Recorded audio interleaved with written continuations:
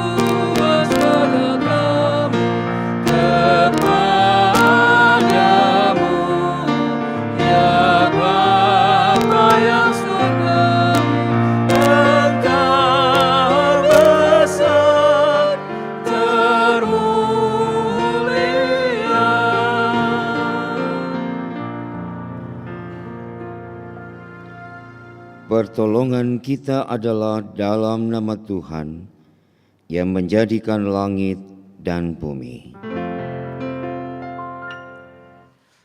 Amin.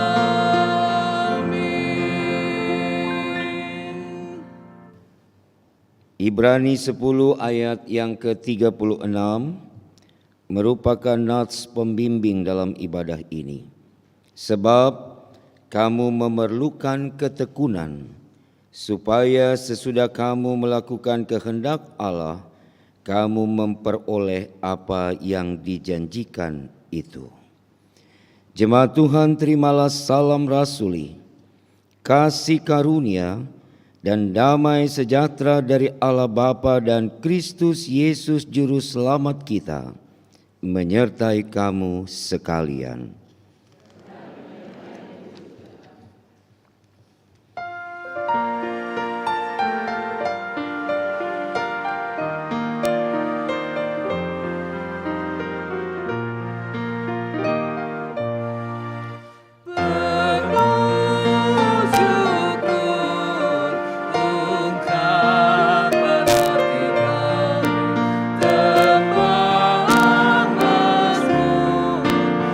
Love.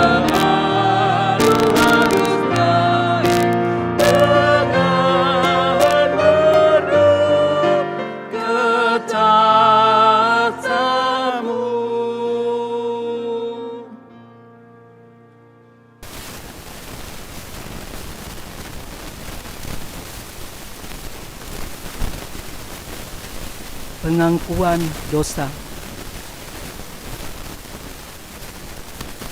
Allah Bapa Surgawi, kami mengaku di hadapan-Mu bahwa seringkali kami tidak melakukan ajaran dan perintah firman-Mu. Seringkali kami saling membenci dan menyakiti orang-orang di sekitar kami. Seringkali kami tidak bersungguh hati dalam melakukan tugas dan tanggung jawab kami. Kami gagal dalam tugas pelayanan sebagai suami, istri, orang tua, dan anak-anak. Kami gagal dalam tugas pelayanan sebagai majelis jemaat dan pelayan pelkat. Kami melayani dengan sesuka hati dan menolak untuk melayani dengan taat.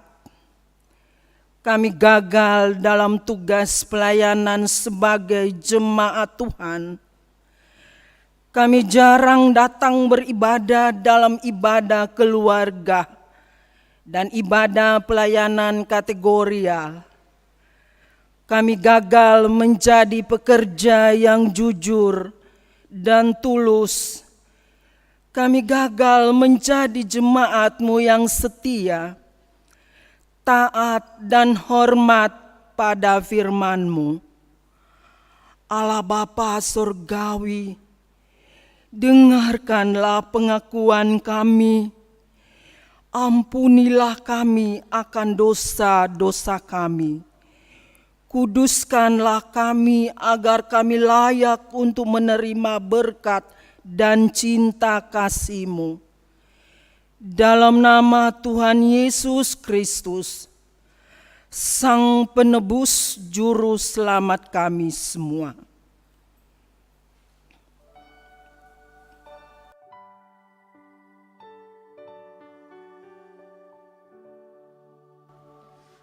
Tuhan Yesus,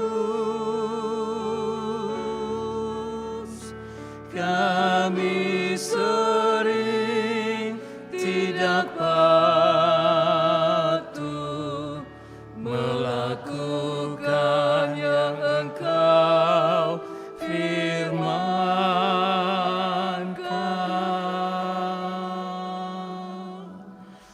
Tuhan Yesus, kami sering tidak patuh melakukan tanggung jawab kami. Ampuni dosa kami.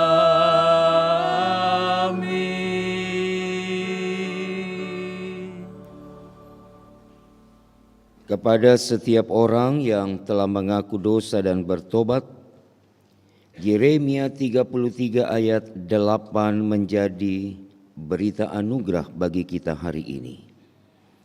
Aku akan mentahirkan mereka dari segala kesalahan yang mereka lakukan dengan berdosa terhadap aku.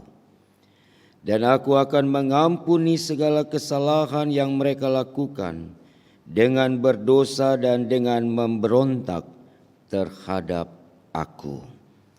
Jemaat Tuhan, berdasarkan firman ini, sebagai pelayan Yesus Kristus kami memberitakan bahwa pengampunan dosa telah berlaku dalam nama Bapa, Anak, dan Roh Kudus.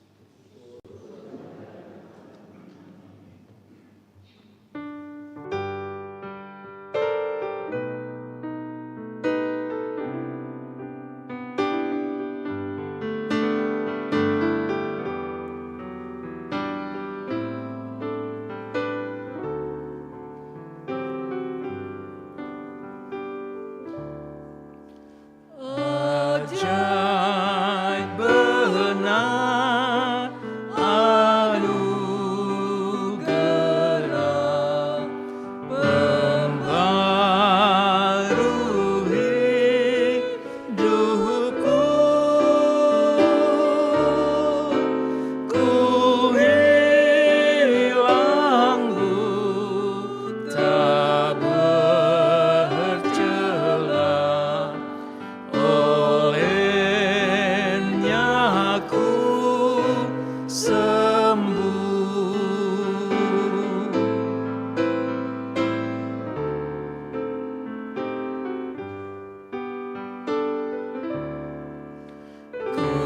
dapat janji yang teguh.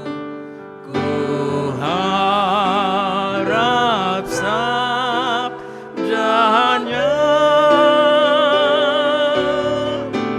dan Tuhanlah perisaiku tetap selamanya.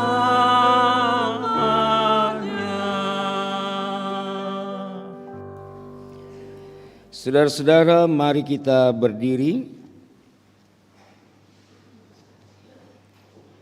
bersama-sama. Kita akan mendengarkan perintah hidup baru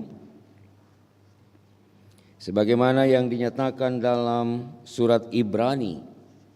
Ibrani pasalnya yang ke-12 ayat 1 sampai dengan ayatnya yang ketiga, yang menyatakan demikian. Karena kita mempunyai banyak saksi, bagaikan awan yang mengelilingi kita, marilah kita menanggalkan semua beban dan dosa yang begitu merintangi kita, dan berlomba dengan tekun dalam perlombaan yang diwajibkan bagi kita. Marilah kita melakukannya dengan mata yang tertuju kepada Yesus, yang memimpin kita dalam iman dan yang membawa iman kita itu kepada kesempurnaan, yang dengan mengabaikan kehinaan, tekun memikul salib, ganti sukacita yang disediakan bagi Dia yang sekarang duduk di sebelah kanan tahta Allah.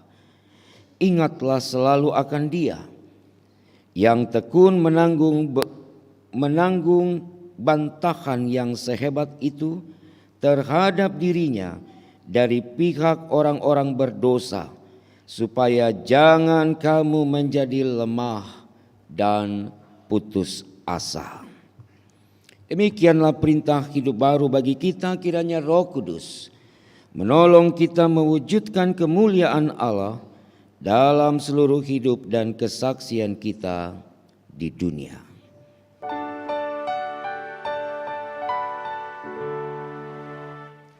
Kemuliaan bagi Bapa, Putra, dan Roh Kudus, seperti semula, kini dan terus, dan kekal selama-lamanya.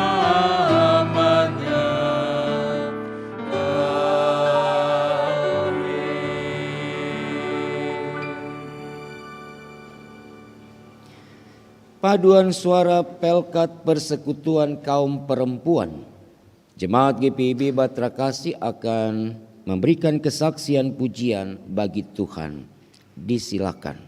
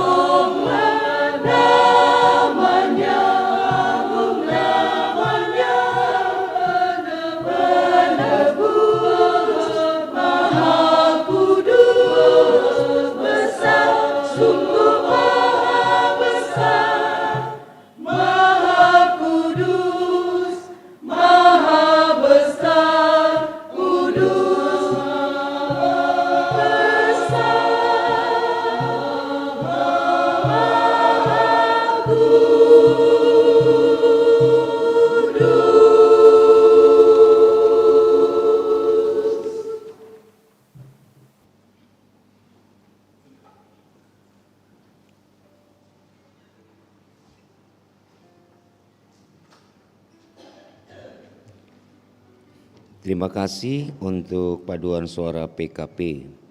Teruslah memuji Tuhan dengan hati. Saudara-saudara, kita akan masuk dalam pemberitaan firman dan sakramen. Mari kita berdoa mohon bimbingan Roh Kudus dalam pelayanan pemberitaan firman ini. Tuhan, pemilik kehidupan ini, di hari perhentian ini kami umat Tuhan datang dengan hati yang penuh dengan syukur dalam persekutuan dengan sesama dalam rumah Tuhan ini. Kami ingin mendengar dan merenungkan sabda-Mu Bapa, yang kami yakini menjadi kekuatan dan juga menjadi penuntun dalam hidup beriman. Karena itu kami mohon dengan rendah hati, biarlah Roh Kudus mengarahkan pikiran dan hati kami kepada kebenaran firman Tuhan. Tuhan, berfirmanlah dan bersabdalah, kami siap mendengarkannya. Amin.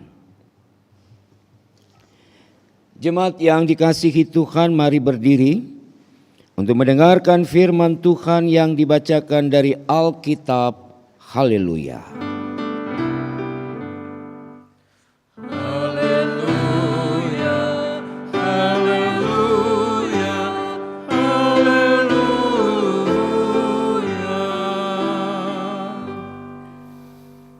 Bacaan Alkitab hari ini terambil dari Kisah Para Rasul pasalnya yang kedua, ayat 41 hingga ayatnya yang ke-43. Kisah Para Rasul pasal 2, ayat yang ke-41 hingga ayatnya yang ke-43 yang menyatakan cara hidup jemaat yang pertama.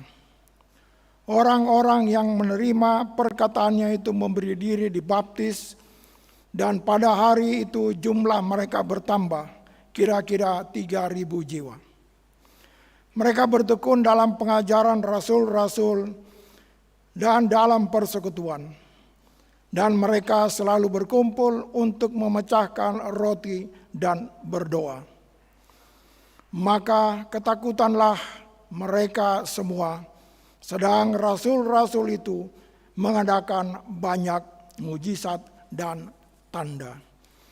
Demikian pembacaan Alkitab. Hendaklah firman Tuhan dengan segala kekayaannya diam di dalam hatimu, dan ucaplah syukur kepada Allah. Kepadamu puji-pujian, mada syukur dan segala kemuliaan, ya Bapa, Putra, Roh Kudus, sampai kekal abadi.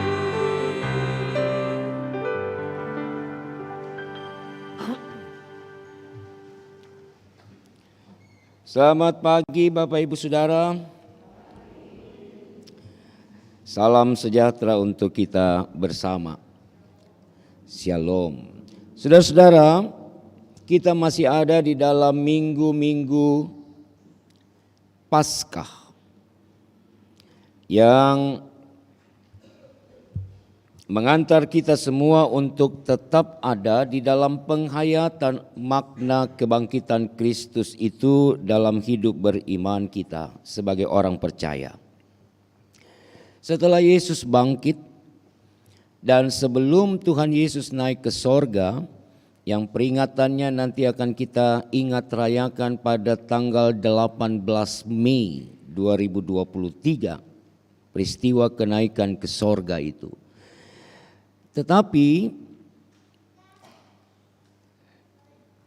Yesus memberikan sesuatu yang menurut saya sangat penting di dalam kehidupan para rasul, para murid, sebelum ia meninggalkan mereka untuk melanjutkan tugas misi Allah di dalam dunia. Apa yang diberikan Yesus kepada para muridnya adalah kuasa. Yesus memberi kuasa agar para murid meyakini dengan benar bahwa pelayanan yang akan mereka lakukan tanpa Yesus akan tetap memiliki bobot, akan tetap memiliki kekuatan, spirit untuk dapat terus melakukan missio Dei, misi Allah di dalam kehidupan banyak orang. Kisah Rasul ini ditulis oleh Lukas, penulis Injil Lukas. Jadi Lukas punya 2 buku. Yang pertama Injil Lukas dan yang kedua itu Kisah Para Rasul. Lukas ini seorang dokter, seorang yang memiliki kemampuan untuk mengobati. Karena itu dalam bacaan-bacaan Injil Lukas, pendekatan yang selalu digunakan oleh narator Lukas adalah bagaimana Yesus care. Yesus peduli kepada banyak orang sakit, banyak orang lemah. Yesus tidak hanya menyembuhkan tetapi juga memberikan kekuatan dan keyakinan pada mereka yang ada dalam kelemahan tubuh.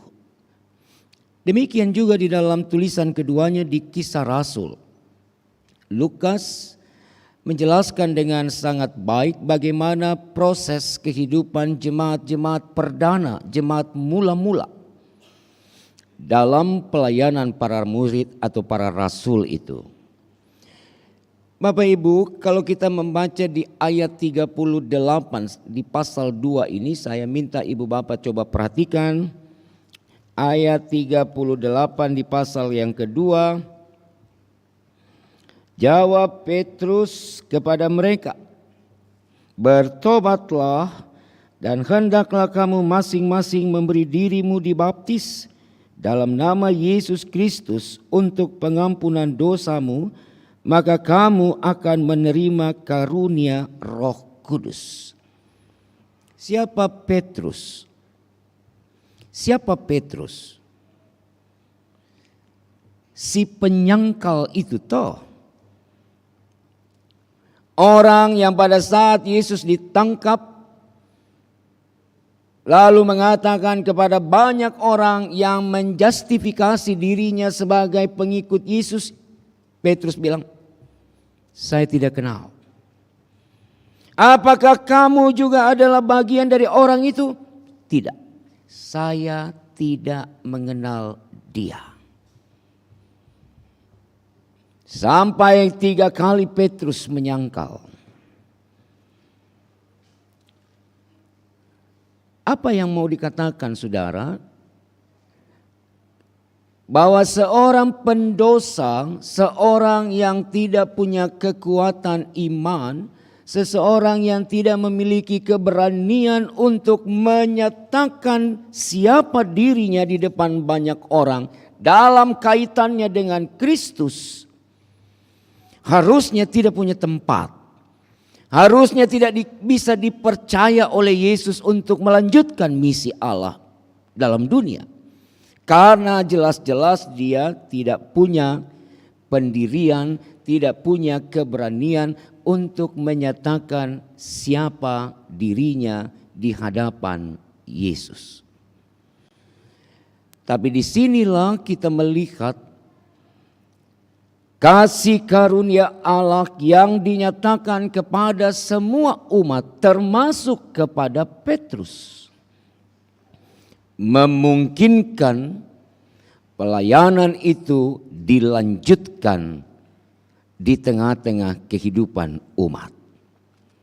Saya mau katakan satu hal penting Bapak Ibu. Bahwa Allah tidak pernah melihat masa lalu seseorang. Allah tidak pernah melihat latar belakang saudara dan saya. Kalau Allah mau pakai, kalau Allah mau kita menjadi rekan sepelayanannya, Allah bisa lakukan itu. Bahkan Allah bisa memberikan kuasa kepada kita semua, umat kepunyaannya, untuk melakukan banyak hal besar dalam hidup. Petrus katakan kepada banyak orang di Yerusalem, bertobatlah kamu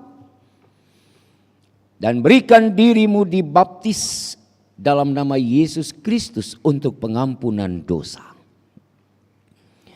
Nah, saudara-saudara yang dikasihi, apa yang dilakukan Petrus dan teman-temannya, para rasul itu, menghasilkan 3.000 orang dibaptiskan pada waktu itu. Itu bukan jumlah kecil, itu bukan jumlah yang sedikit. 3.000 orang bisa percaya kepada Yesus Kristus yang mati dan yang bangkit bagi banyak orang. Membuat orang percaya kepada satu hal yang tidak masuk dalam logika itu bukan pekerjaan yang mudah. Para penginjil, orang-orang yang melayani di pelosok-pelosok hutan, orang-orang yang melayani di pesisir-pesisir pantai, mereka harus memberikan keyakinan kepada orang yang belum mengenal Tuhan, bahwa Ia benar-benar Allah yang hidup. Tapi karena pekerjaan Roh Kudus dan karena ada kuasa yang diberi oleh Yesus, maka Petrus dan rekan-rekan para murid-murid yang melayani itu, mereka menghasilkan, menuai 3.000 jiwa percaya dan dibaptiskan dalam nama Kristus Tuhan. Saudara-saudara, setelah dibaptis, lalu apa yang dilakukan selanjutnya? Bacaan kita di pasal yang kedua, ayat 41 dan seterusnya, kita hanya membaca hari ini sampai ayat 43. Tapi kalau kita baca terus ke bawah dalam satu perikop ini, jelas dinyatakan bahwa ada pola-pola hidup yang harus dilakukan oleh orang yang dibaptiskan dalam iman kepada Kristus yang bangkit itu. Yang pertama, di ayat 42 saudara perhatikan, mereka bertekun. Ya, mereka bertekun. Apa itu bertekun?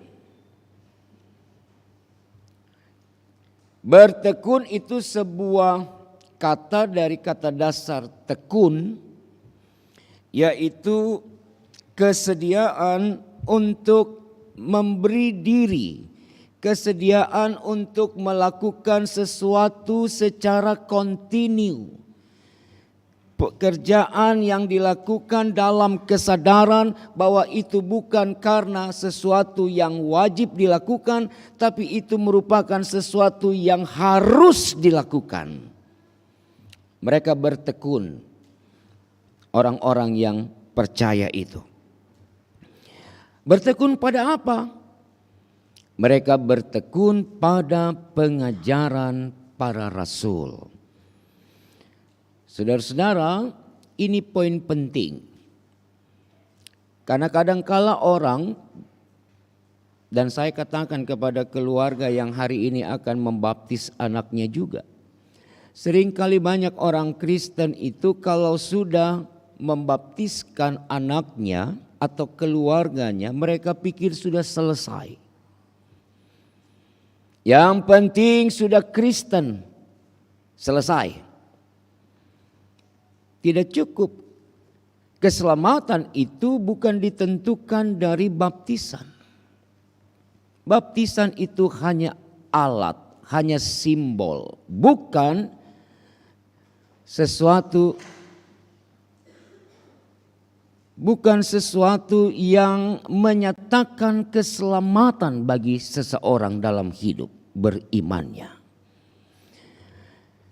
Ya, Jadi mau baptis sampai berulang-ulang, colok, percik, siram, mau diapain pun.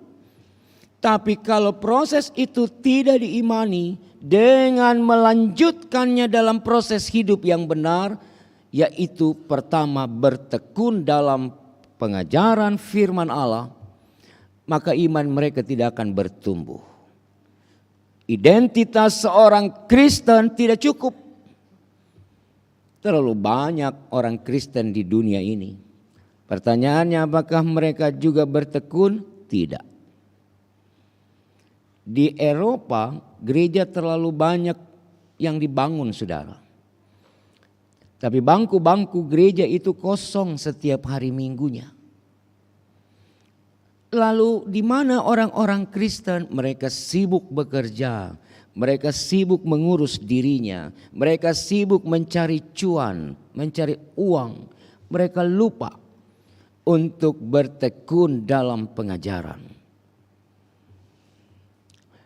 Setelah orang-orang di Yerusalem itu bertekun dalam pengajaran para rasul, yang kedua dikatakan bahwa jemaat itu ada di dalam pengajaran dan mereka ada di dalam perkumpulan, persekutuan yang kuat.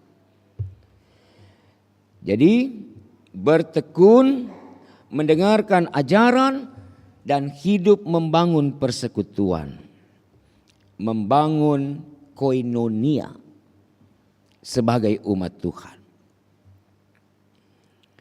Karena Petrus dan juga rasul yang lain tahu benar, kalau orang banyak yang percaya kepada Yesus ini mereka tidak diisi dengan firman, mereka tidak dibekali dengan pemahaman yang benar, maka mereka bisa tersesat di dalam agama ini. Karena agama ini adalah buatan manusia. Tidak ada agama itu datang turun dari langit ke dalam dunia. Tidak ada. Agama itu ciptaan manusia. Termasuk Kristen. Yesus gak pernah bilang aku datang untuk membangun, membentuk, mengumpulkan kamu menjadi Kristen. Enggak. Yesus datang, dia katakan aku menyelamatkanmu dengan imanmu. Sampai di situ. You punya agama apa itu bukan urusan buat Yesus. Yesus gak pernah bertitik tolak pada satu agama tertentu. Nanti di Antioquia barulah murid-murid itu mendeklarasikan bahwa kami adalah pengikut Kristus, maka kami disebut Kristen. Ya, lalu Kristen itu yang artinya pengikut Kristus itu dilegalkan menjadi agama sampai hari ini. Siapa yang buat? Ya manusia. Yesus gak pernah bilang harus ada agama Kristen. Kalau Kristen oleh para rasul itu dinyatakan sebagai identitas bahwa kami adalah pengikutnya Kristus. Yang harus hidup sesuai dengan yang diinginkan oleh Kristus. Mereka membentuk persekutuan, koinonia. Apa yang dibuat di dalamnya? Mereka saling menguatkan, mereka saling memperhatikan, mereka saling memberikan spirit satu dengan yang lain. Ya, mereka memecahkan roti di ayatnya yang ke-42 bagian akhir itu. Ya, mereka memecah roti, mereka melakukan perjamuan, mengingat kematian Yesus dan kebangkitan Yesus bagi mereka. Dan yang terakhir apa yang mereka buat? Mereka berdoa. Karena kekuatan doa itu adalah bagian dari iman. Yang akan terus menopang seseorang untuk menengadah terus ke atas. Kalau pinjam saudara-saudara di luar itu punya istilah berkiblat ke atas. Ke Tuhan. Kesadaran bahwa mereka hanya bisa mengandalkan Tuhan di dalam hidup, itulah yang memungkinkan umat Tuhan perdana itu selalu berdoa. Selalu membangun hubungan relasional dengan Tuhan. Selalu mengikat diri mereka dengan kekuatan Tuhan. Karena tanpa itu mereka bukan siapa-siapa. Bapak Ibu yang diberkati dan dikasihi Tuhan Yesus Kristus, kalau jemaat perdana punya pola hidup yang begitu indah, begitu baik, begitu manis, mengapa kita gereja hari ini tidak bisa membangun persekutuan, tidak bisa ada dalam pembelajaran, tidak bisa ada dalam kekuatan relasi doa itu kepada Allah? Padahal kita lahir kita sudah Kristen, kita lahir kita sudah tahu kita punya Allah siapa. Tapi dalam fakta hidup gereja, kita harus belajar dari jemaat perdana yang begitu tekun, yang begitu penyerahan diri yang total itu dinyatakan di hadapan Tuhan dan sesama. Mereka tidak pernah berpikir primordial pada waktu itu. Mereka tidak pernah berpikir sektoral. Mereka tidak pernah berpikir kelas-kelas di dalam gereja, dalam persekutuan mereka. Tapi gereja hari ini hobi, gemar untuk membangun persekutuannya dengan melihat apa yang ada di dalam persekutuan itu. Saya hanya mau datang di sektorku deh. Saya hanya mau beribadah di pelkatku deh. Untuk ibadah yang lain saya sibuk. Tapi kalau untuk yang saya gemar atau saya mau untuk datang, ya saya pasti datang. Jadi bapilih di dalam bersekutu. Di zamannya Petrus tidak ada yang model itu. Mereka dengan sukacita datang tiap-tiap hari untuk mendengarkan firman dan pengajaran para rasul. Mereka tiap-tiap hari datang berkumpul. Mereka tiap-tiap hari memecahkan roti dan selalu mengingat karya Kristus bagi mereka. Mereka tiap-tiap hari berdoa. Dan itulah yang membuat mereka panen raya sampai ribuan orang dalam pekerjaan Tuhan ini. Jadi saya bilang buat jemaat-jemaat yang pernah saya layani, baik itu di Gianyar, Bali, baik itu di Immanuel Makassar sebelum saya ke Bali, saya di Tanjung Balai Karimun, Kepulauan Riau, saya selalu katakan jangan bangga jadi gereja, jadi orang Kristen. Karena jumlah secara kuantitas kita besar dan kita banyak. Jangan bangga. Tapi banggalah kalau kita punya mutu iman yang baik meskipun jumlah kita kecil. Maka statement ini saya arahkan kepada keluarga, tiap keluarga. Di persekutuan yang paling kecil ini, mereka harus ada dan hidup dalam pengajaran, dalam persekutuan, dalam keimanan yang baik, dalam doa yang benar-benar diarahkan kepada Tuhan. Ini persekutuan paling kecil. Ya, dalam ilmu sosiologi itu di dalam masyarakat yang besar ini, maka ada persekutuan yang paling kecil di tengah yang besar itu yang namanya keluarga. Maka keluarga Kristen harus menunjukkan kualitas bukan kuantitasnya. Bagaimana mereka membangun iman kepada Tuhannya. Oleh karena itu Bapak Ibu dan Saudara, khususnya kepada keluarga Saia yang hari ini anaknya akan dibaptis, ingat baik-baik itu. 3.000 orang dibaptis di Yerusalem oleh Petrus. mereka tidak tinggal di dalam baptisan itu, tapi mereka melanjutkan seluruh proses untuk menjadi seseorang yang punya ikatan kuat dengan Allah, yaitu hidup dalam pengajaran firman, yaitu senantiasa belajar, senantiasa bertekun, senantiasa berkumpul, dan senantiasa berdoa. Di dalam ayat 43 dikatakan ketekunan mereka yang dilakukan oleh rasul-rasul dan juga umat menghasilkan tanda-tanda dan mujizat. Gereja hari ini senang kalau ada mujizat.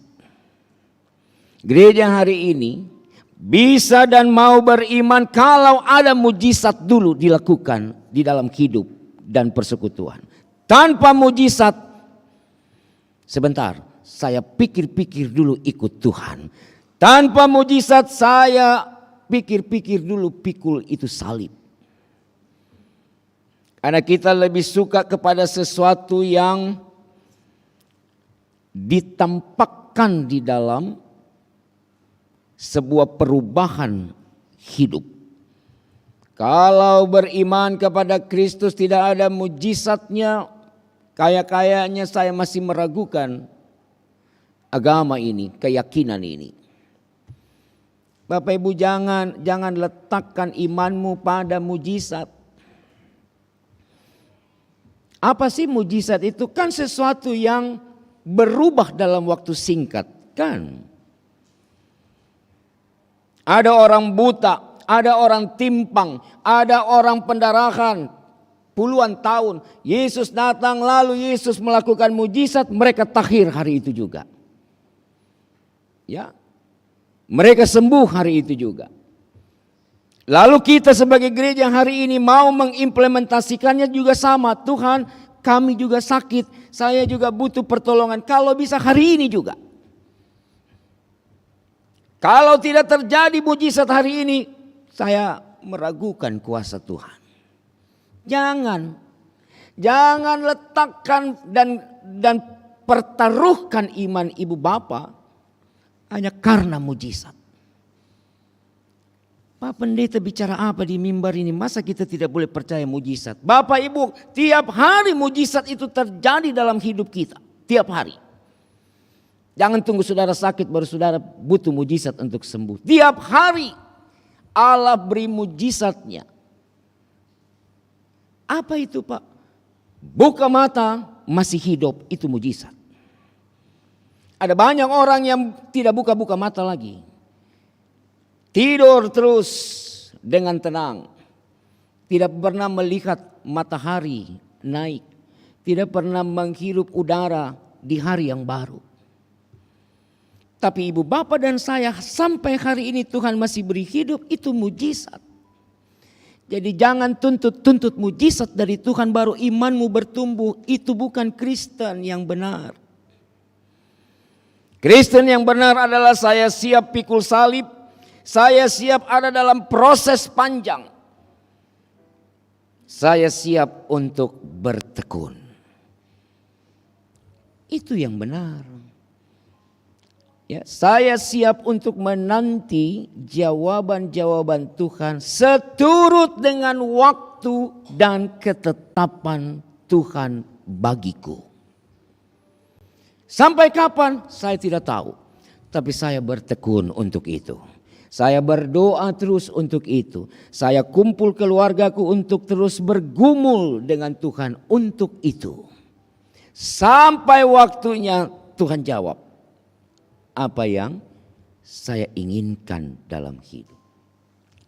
Itu baru murid. Bukan perintah-perintah Tuhan untuk ikut kita orang punya mau. Lalu tuntut harus ada mujizat dulu baru saya percaya. Saudara, jadi Kristen hari ini dengan meyakini bahwa saya adalah umat yang diselamatkan dari dosaku, aku lebih jahat dari Petrus. Petrus cuma menyangkal 3 kali, aku mengkhianati Allah, lari dari Tuhan Allah berulang kali. Tapi kalau Tuhan bisa pakai Petrus, Tuhan bisa pakai saya. Tuhan bisa pakai saudara. Tinggal kita mau bertekun atau tidak. Keluarga saya sudah katakan tadi malam kemarin dalam pastoral. Matius 28 ayat 18 sampai 20 mengingatkan bahwa pergilah baptislah mereka dalam nama Bapa, Anak dan Roh. Tidak hanya sampai di situ, ada komanya. Dan ajarlah mereka melakukan apa yang telah kuperintahkan kepadamu. Kepada orang tua, kepada kita semua diperintahkan oleh Tuhan mengajar anak-anak kita untuk hidup dalam iman. Seperti yang terjadi di Yerusalem.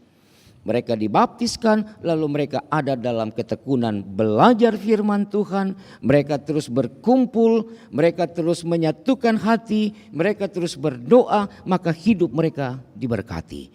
Keluarga, saya pun harus melakukan itu. Supaya anak ini, Al ini, ketika dia besar dia tahu, dia harus menyembah kepada Allah yang mana. Jangan sampai dia masih bingung, Allahku yang mana? Karena aku tidak pernah diajarkan dalam keluargaku oleh papa mamaku, aku harus mengimani Tuhan yang mana. Terlalu banyak Tuhan. Tapi kalau di dalam keluarga itu proses pengajaran didikan iman itu terus dilakukan. Gak usah khawatir, 17 tahun ke depan ini anak nanti dia mau kemana. Karena Bapak Ibu sudah invest yang terbaik dalam imannya. Orang tuanya sudah memberikan landasan yang kuat. Supaya dia bisa terus beriman kepada Tuhan. Dan ingatkan juga kepada ini anak. Baptisan hanya 1 kali. Tidak ada baptis berulang-ulang di dalam kehidupan kekristenan. Karena dimeteraikan hanya 1 kali di dalam nama Bapa, Anak dan Roh Kudus, selesai. Tak bungkus dia di situ. Jangan bikin akang kayak mainan, colok kayak teh terus hari-hari. Jangan bikin baptisan itu seperti sesuatu yang dianggap jalan keselamatan. Jadi kalau banyak-banyak dibaptis, maka banyak-banyak juga dapat keselamatan. Itu omong kosong. 1 kali. Sama dengan 1 kali Yesus naik di atas salibnya. Dan 1 kali dia hidup bangkit menyatakan dia punya kuasa. Hanya 1 kali. Yesus tidak akan bikin itu 2 kali untuk saudara dan saya. Maka respon iman juga harus 1 kali. Tidak boleh ulang-ulang. Ajarkan itu buat Al ke depan. Supaya jangan banyak orang di luar sana mengejar keselamatan, mengejar kedamaian. Yang penting saya mau dibaptis berulang-ulang juga enggak apa-apa. Yang tadinya cuma di kolam kecil, lalu pindah kolam renang, lalu pindah di sungai, lalu pindah di laut. Nanti kong di samudra sana baru dia rasa dia sudah lengkap dengan baptisannya. Percikan air suci, air yang diimani bahwa di dalam nama Kristus Tuhan Bapa dan Roh Kudus, maka anak itu sudah dimasukkan di dalam keselamatan Allah. Cukup. Bukan itu yang menyelamatkan. Yang menyelamatkan adalah bagaimana anak yang dibaptis itu dia diisi oleh kebenaran firman Allah. Itu yang selamatkan. Karena Paulus bilang, kamu hanya diselamatkan oleh imanmu. Jadi iman kita sama dengan Calvin. Dalam teori Calvin bilang keselamatan itu hanya diperoleh di dalam nama Yesus Kristus karena kau punya iman kepadanya. Jadi iman yang menyelamatkan bukan baptisan. Iman yang menyelamatkan bukan perjamuan roti dan anggur. Itu hanya alat untuk mengingatkan kita kepada Tuhan. Tapi bagaimana selanjutnya, maka disitulah belajar dari jemaat perdana ini. Mereka bertekun, mereka berkumpul, mereka belajar firman, dan mereka memecahkan roti lalu mereka berdoa. Maka kita juga sebagai umat Tuhan, karena kita juga punya kuasa dan diberi kuasa yang sama seperti Petrus dan Rasul yang lain oleh Kristus. Karena keselamatan itu, maka hiduplah di dalam ketekunan. Hiduplah di dalam kekuatan doa. Hiduplah di dalam pengajaran-pengajaran firman. Dan jangan tuntut harus ada mujizat dan sebagainya. Iman kita itu juga mujizat yang dia selalu bertumbuh dan mengalami perubahan setiap waktu. Dia selalu meningkat setiap waktu untuk menguatkan kita bahwa kita bukanlah orang-orang gampangan di dalam beriman. Kami punya Tuhan yang kuat. Kami punya Tuhan yang hidup. Kami punya Tuhan yang peduli. Kami punya Tuhan yang selalu memperhatikan hidup kami. Maka di dalam keyakinan itu bertumbuhlah dalam iman, dalam kekuatan kepadanya. Dan kalau 3.000 orang bisa menjadi percaya di Yerusalem, maka kita juga harus meyakini keluarga kita juga harus hidup dalam percaya yang sama dengan umat yang diberkati Tuhan. Terus berikan didikannya buat Al dalam pertumbuhannya, dalam hidupnya. Dan bagi kita semua Bapak Ibu terus melangkah. Dan terus lakukan apa yang dilakukan oleh jemaat-jemaat perdana itu. Mereka hidup begitu manis di hadapan Tuhan. Karena itu Tuhan terus tambahkan jumlah mereka. Di tengah-tengah kuantitas jumlah yang besar itu, tapi mereka tidak melupakan kualitas iman yang kuat yang mereka persembahkan kepada Allah. Disitulah pertumbuhan iman itu terjadi. Mari terus mengerjakan pekerjaan Tuhan ini dalam hidup rumah tangga, pekerjaan, usaha, gereja, di masyarakat, dimanapun kita ada. Supaya melalui hidup kita banyak orang mendapat berkat dalam keimanan kita yang baik. Amin.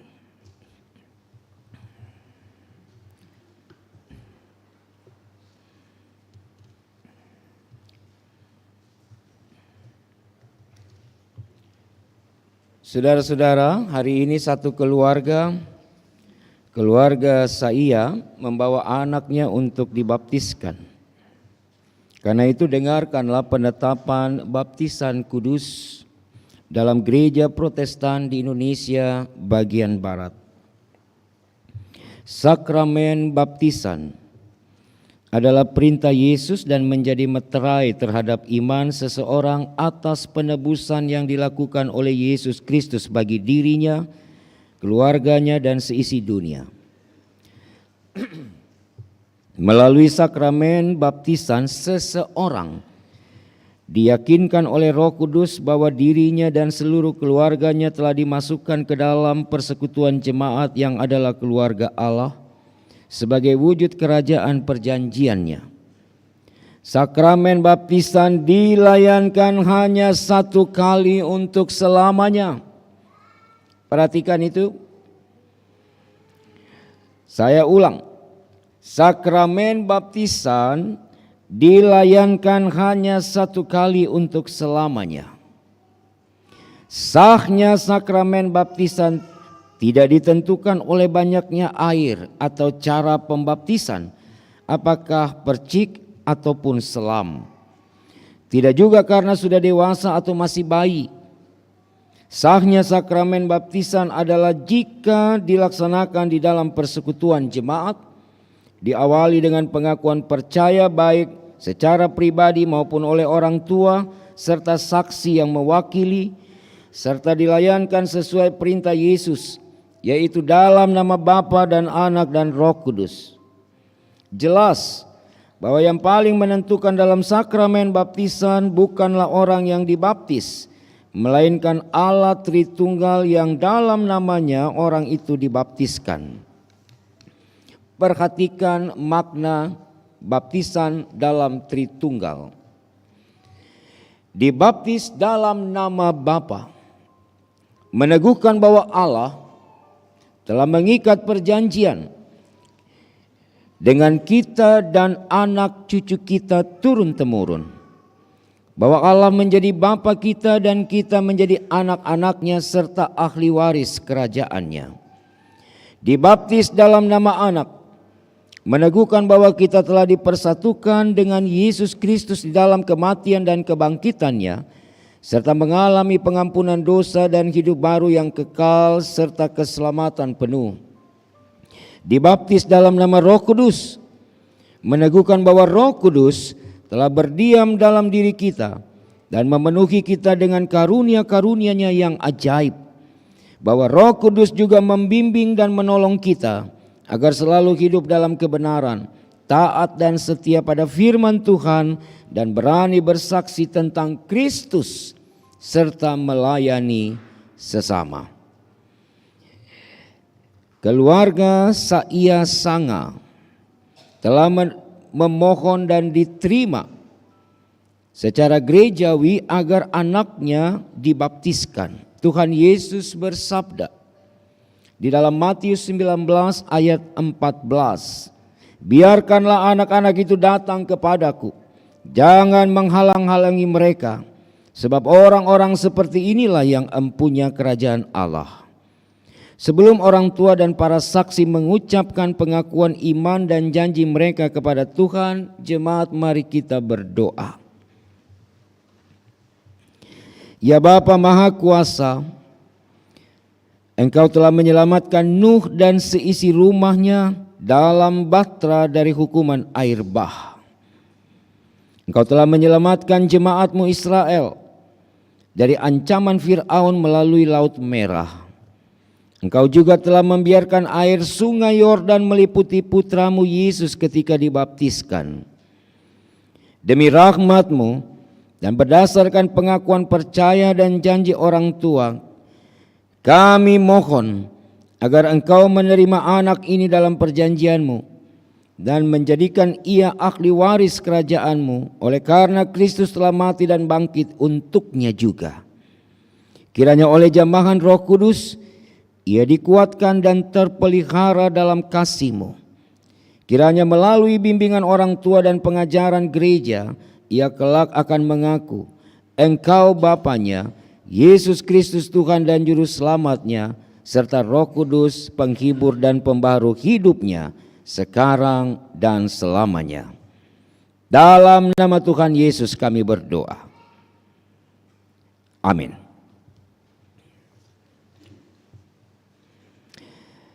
Saya mengundang orang tua dan saksi yang anaknya akan dibaptiskan untuk berdiri.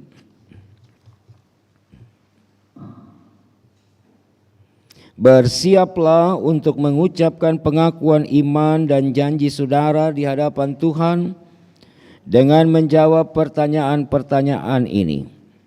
Yang pertama, apakah saudara percaya kepada Allah Tritunggal, Bapa, Anak, dan Roh Kudus, yang telah mengikat perjanjian keselamatan kekal dengan saudara sekeluarga, dan karena itu anak saudara juga harus dibaptis sebagai tanda mereka telah dimasukkan di dalam perjanjian keselamatan tersebut? Kedua, apakah saudara-saudara percaya bahwa perjanjian keselamatan Allah itu tertulis dalam Alkitab, yaitu perjanjian lama dan perjanjian baru, dan karena itu saudara-saudara harus dan wajib selalu mengajarkan dan menjelaskannya kepada anak saudara hingga mereka pun berpegang teguh dan tetap hidup di dalam firman Tuhan. Tiga, apakah saudara-saudara berjanji untuk menjadi teladan yang baik kepada anak-anak saudara dan mendidik serta membina mereka tentang hidup beriman dan beribadah kepada Yesus Kristus sesuai pemahaman iman dan ajaran benar yang berlaku di dalam gereja Protestan di Indonesia bagian Barat? Bapak Edgar Marcelino Saia dan Ibu Renalda Rosa Bengasanga, serta saksi Bapak Indra Yos Supusepa dan Ibu Debi Supusepa Suot. Apakah jawab saudara kepada Allah di hadapan jemaatnya sebagai saksi? Ya, dengan segenap hatiku.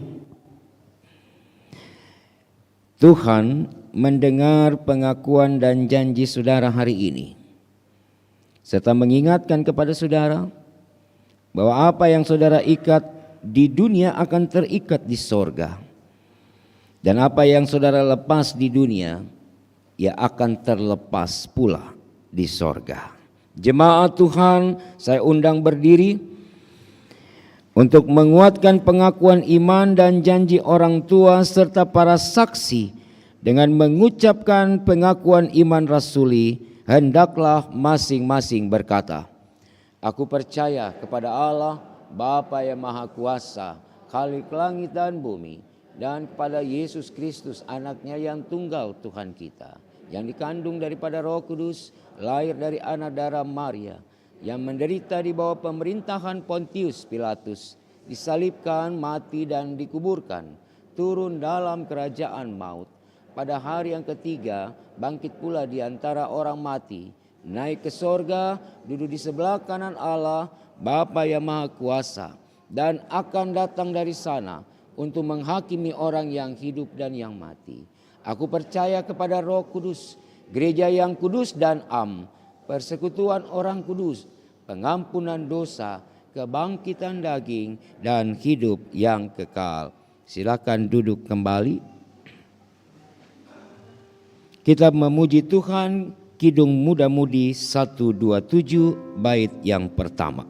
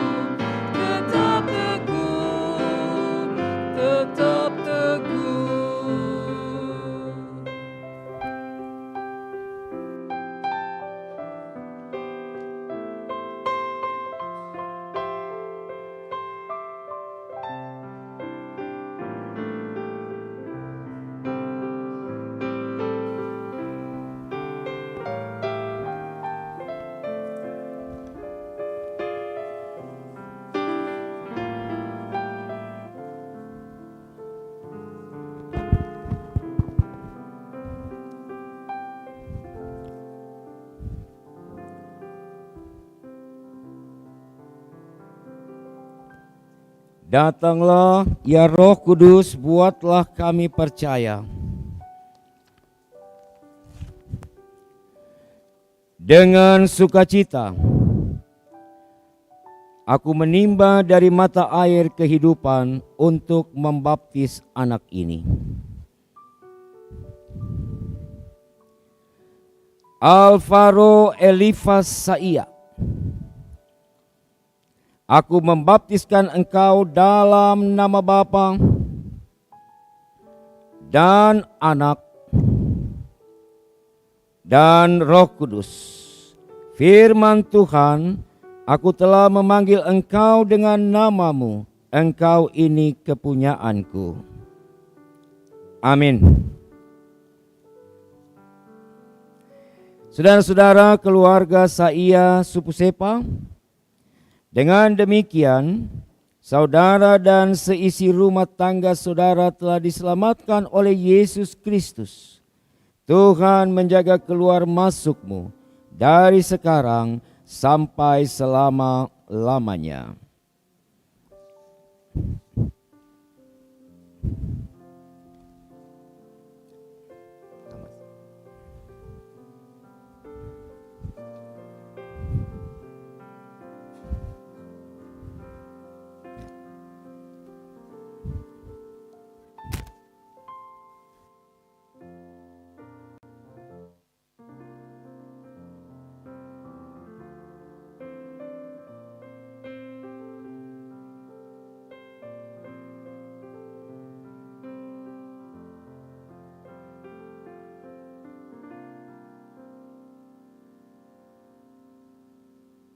3.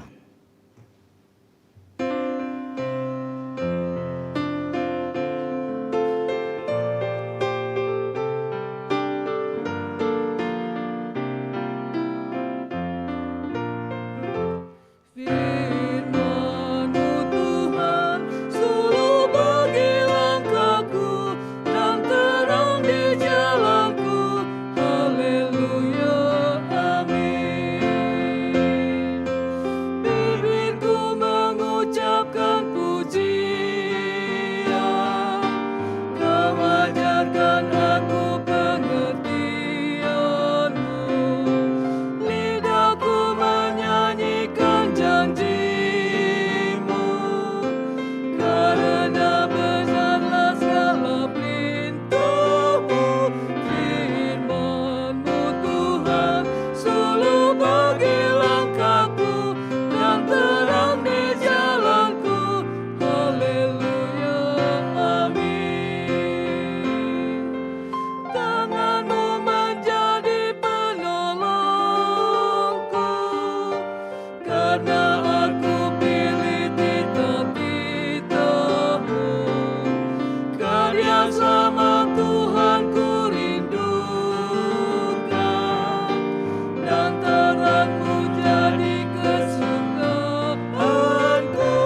Firman-Mu Tuhan, suluh bagi langkahku dan terang di jalanku. Haleluya, amin.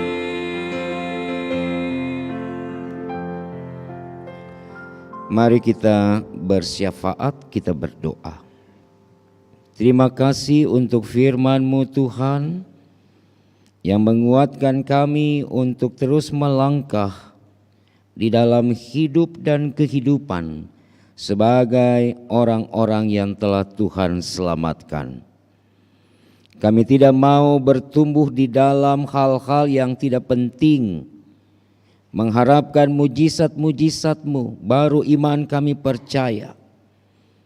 Kami akan bertumbuh dalam proses untuk pikul salib tiap waktu, untuk setia bertekun kepada Tuhan dalam pengajaran, dalam persekutuan, dan juga dalam kehidupan doa-doa kami. Tuhan tolong supaya dalam hidup umat Tuhan kami melakukan apa yang dilakukan jemaat mula-mula dalam kesaksian kisah para rasul hari ini. Mereka hidup manis di hadapan-Mu dan di hadapan orang lain.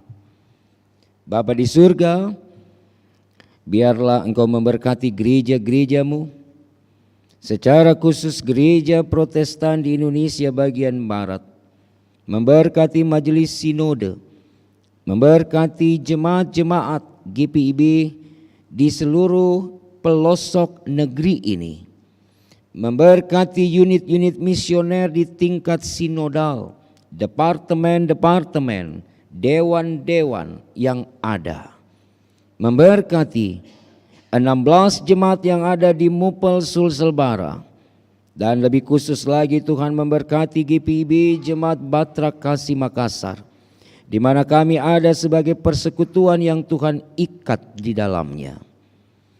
Memberkati para presbiter-Mu, diakan, penatua, pendeta di dalam melaksanakan misi Tuhan di tengah-tengah kebersamaan.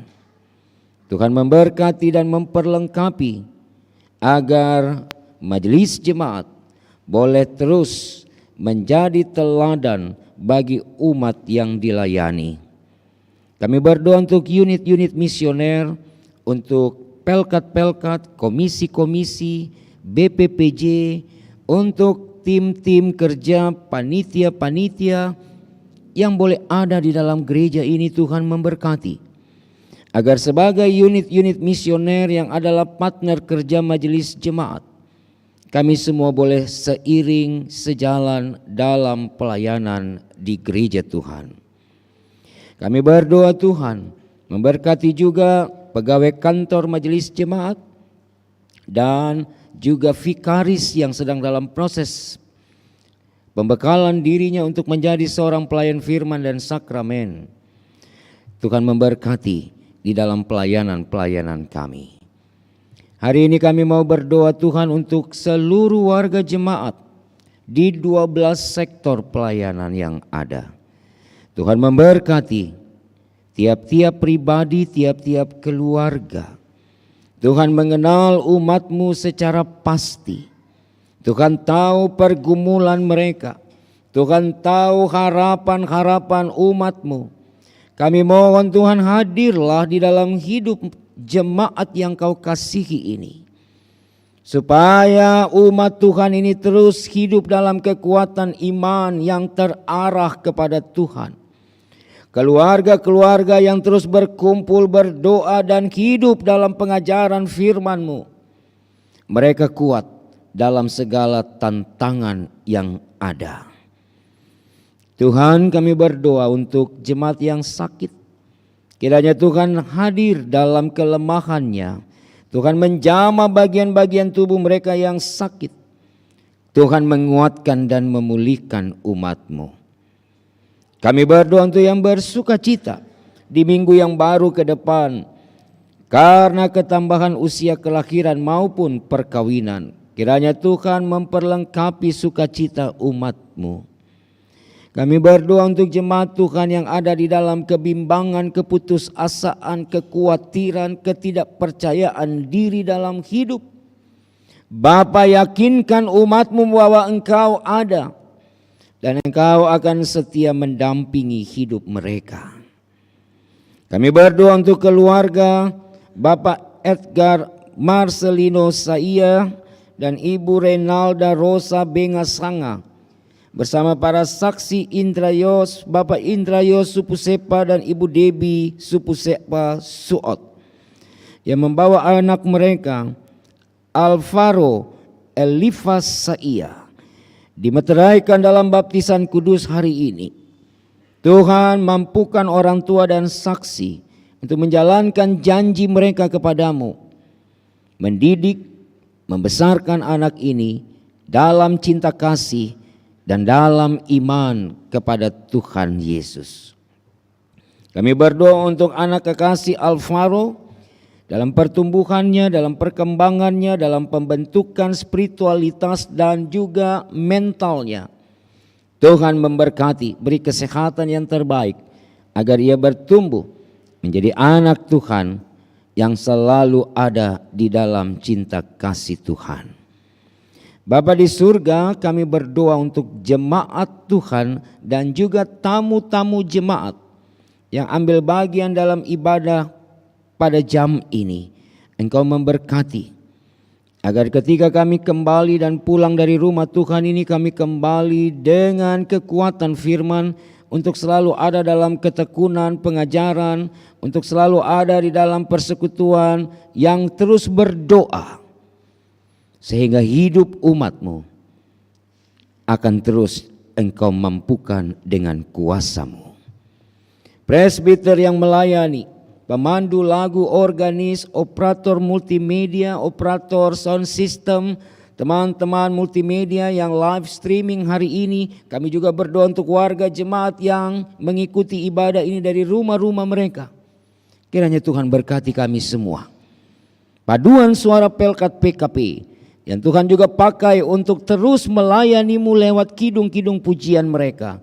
Berkati suara-suara yang selalu terangkat naik dengan hati yang beriman kepada Tuhan, agar setiap pujian punya kuasa untuk menguatkan umat yang mendengar.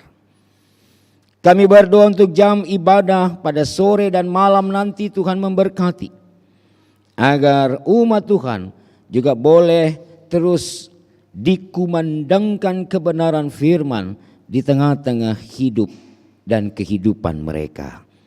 Ampunkan dosa kami Tuhan, karena tanpa pengampunan-Mu kami tidak layak di hadapan-Mu.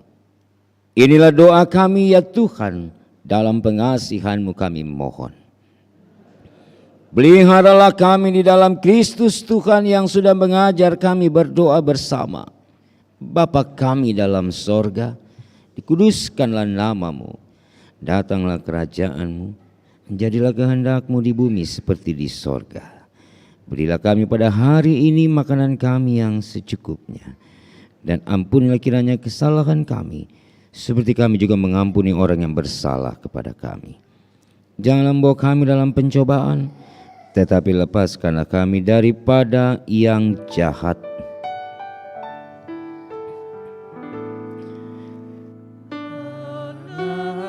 Engkaulah yang mempunyai kerajaan dan kuasa dan kemuliaan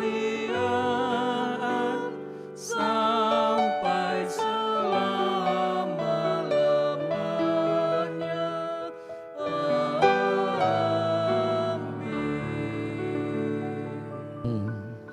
Paduan suara PKP disilakan untuk kembali memberikan kesaksian pujian bagi Tuhan.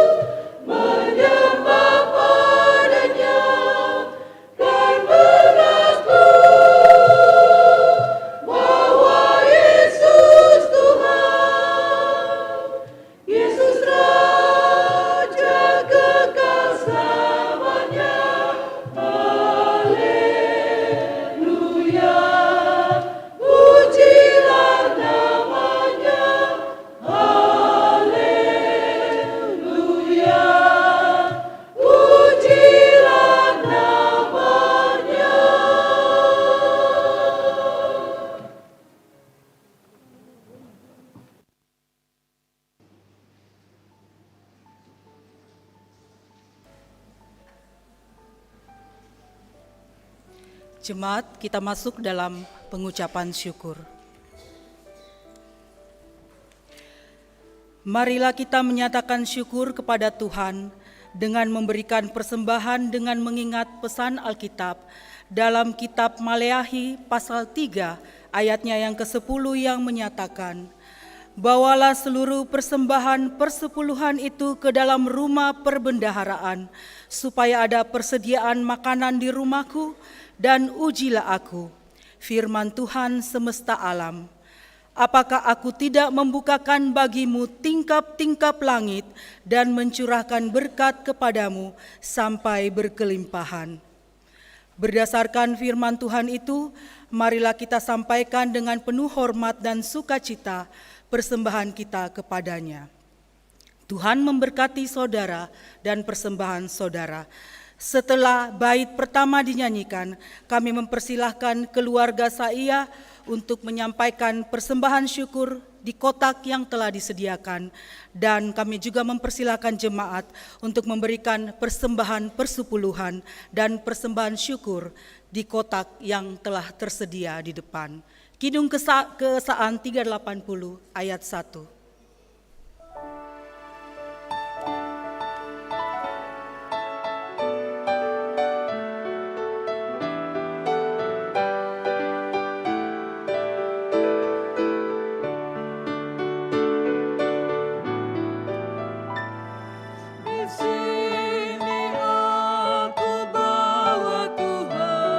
Persembahan hidupku semoga berkenan.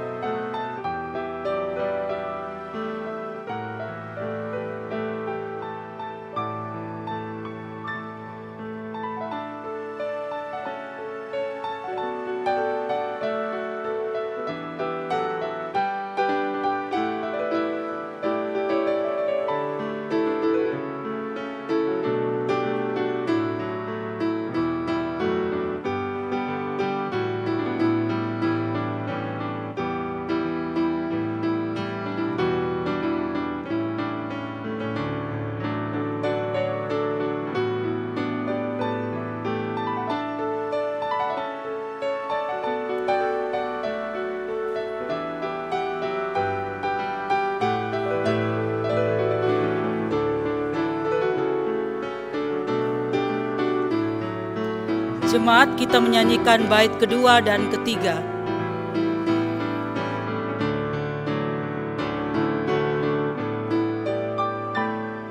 Tanganku yang kecil ya Tuhan, belum mencari makan sendiri ya Tuhan. Terimalah hatiku Tuhan, menjadi persembahan yang Tuhan berkenan. Terimalah Tuhan, oh terimalah Tuhan.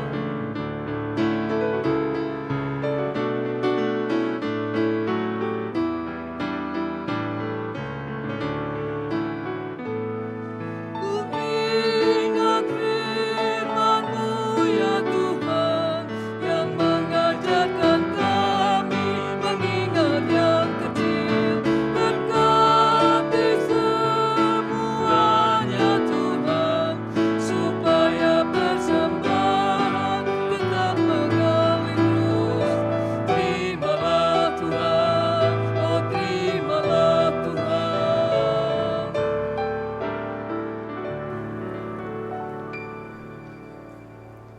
Jemaat yang diberkati oleh Tuhan, mari berdiri untuk menyerahkan persembahan syukur kita kepada Tuhan. Kita berdoa. Ya Allah, Sang Sumber berkat, kami bersyukur atas berkat kehidupan dan kecukupan hidup yang sudah Tuhan berikan kepada kami. Sebagai tanda syukur kepadamu, kami telah memberikan persepuluhan dan persembahan. Terimalah persembahan kami ini ya Tuhan, dan berkenan Engkau memberkatinya untuk dipakai bagi pelayanan yang mewujudkan kasih dan keadilan bagi gereja-Mu dan juga sesama kami. Di dalam nama Tuhan Yesus Kristus, kami bersyukur. Amin. Dipersilakan duduk kembali.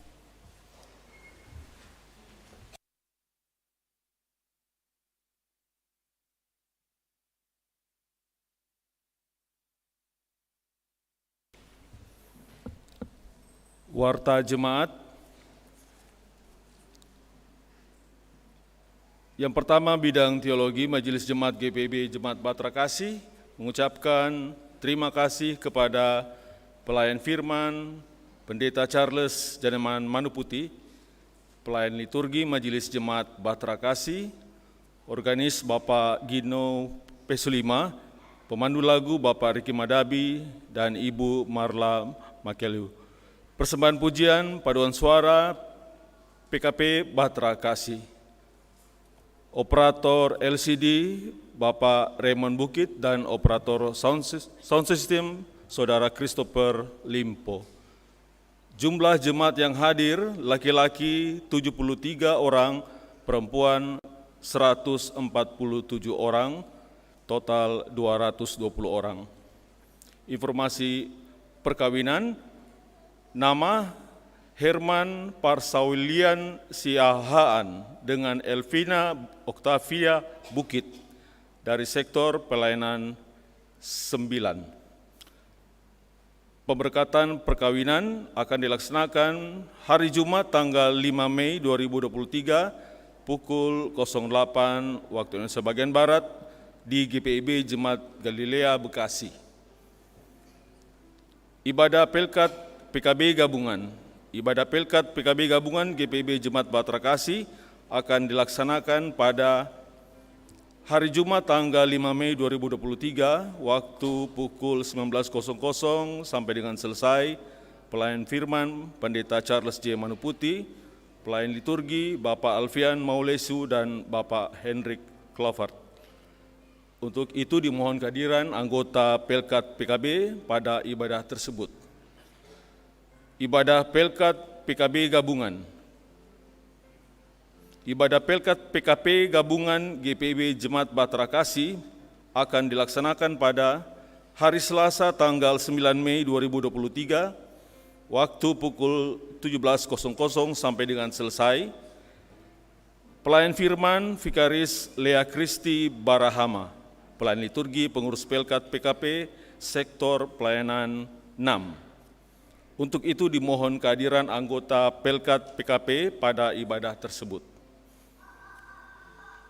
Pendaftaran katekisasi angkatan 2023-2024 terhitung mulai tanggal 25 April 2023 sampai dengan tanggal 31 Mei 2023 dengan syarat-syarat sebagai berikut. Mengisi formulir katekisasi dan ditandatangani koordinator sektor pelayanan. Melampirkan fotokopi akte kelahiran, melampirkan fotokopi baptis, melampirkan fotokopi ijazah terakhir, melampirkan 2 lembar pas foto berwarna latar warna merah ukuran 3x4, dan semua berkas dimasukkan dalam map warna hijau. Formulir dapat diambil di kantor Majelis Jemaat setiap hari kerja Selasa sampai dengan Sabtu pukul 09.00 sampai dengan 17.00 waktu Indonesia bagian tengah. Bidang pembangunan ekonomi gereja.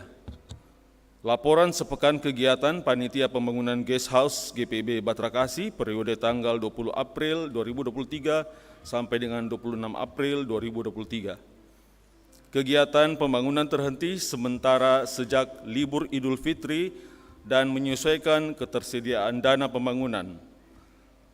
Kebutuhan material, besi diameter 8, 10, dan 12 inch, kawat beton, batu merah, pasir campuran, semen, dan chipping.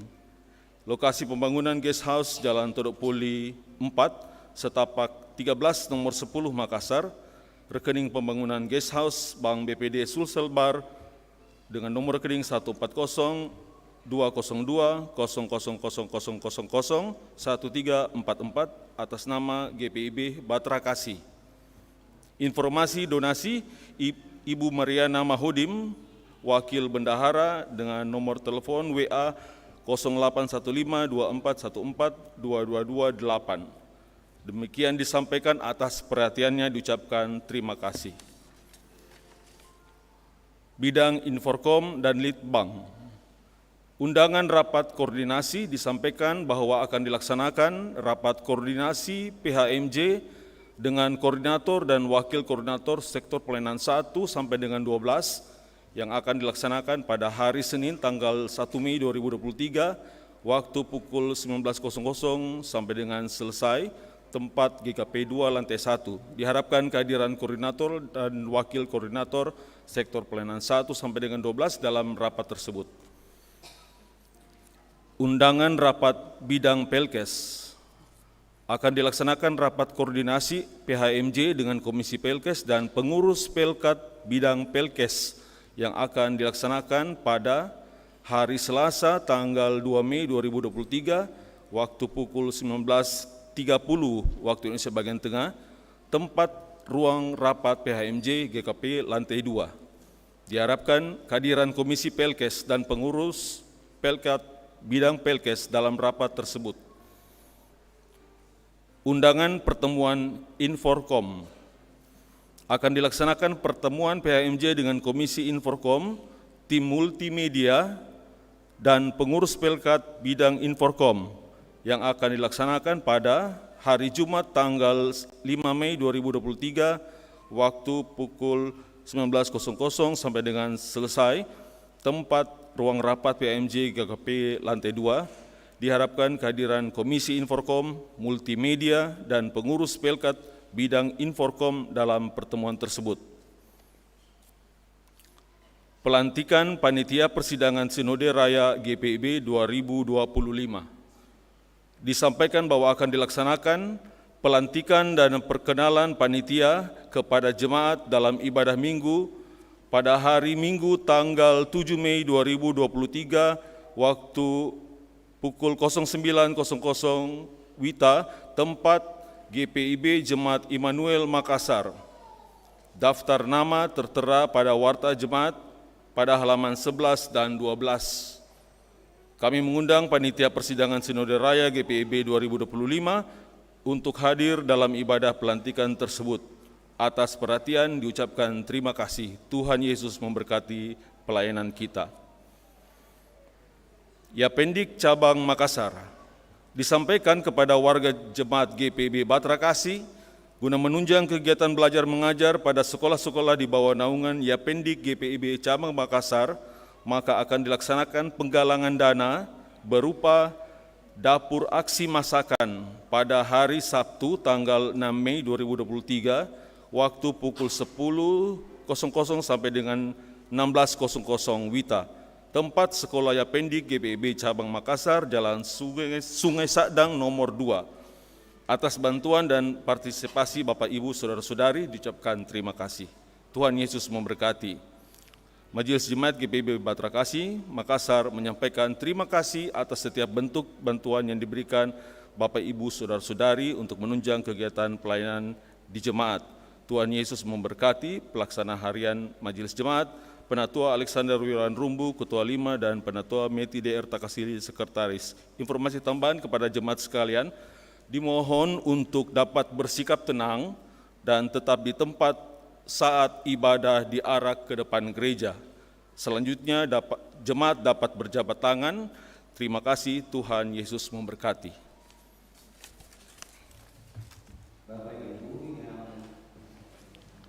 Telah terdaftar sebagai panitia persidangan Sinode Raya untuk tahun 2025 di Makassar diharapkan untuk hadir dalam ibadah pelantikan dan perkenalan pada tanggal 7 Mei jam 9 pagi di GPIB Jemaat Immanuel Makassar. Ada 200 dari 7 jemaat, 200 orang, dan dari Batra Kasih ada nama-nama yang dimuat dalam warta hari ini. Tolong diperhatikan supaya kita bisa mengambil bagian di dalam ibadah pelantikan pada minggu depan. Saudara-saudara, mari berdiri. Pergilah dengan damai sejahtera Tuhan ke dalam kehidupanmu sehari-hari, dan lakukanlah firman Tuhan yang telah saudara dengar.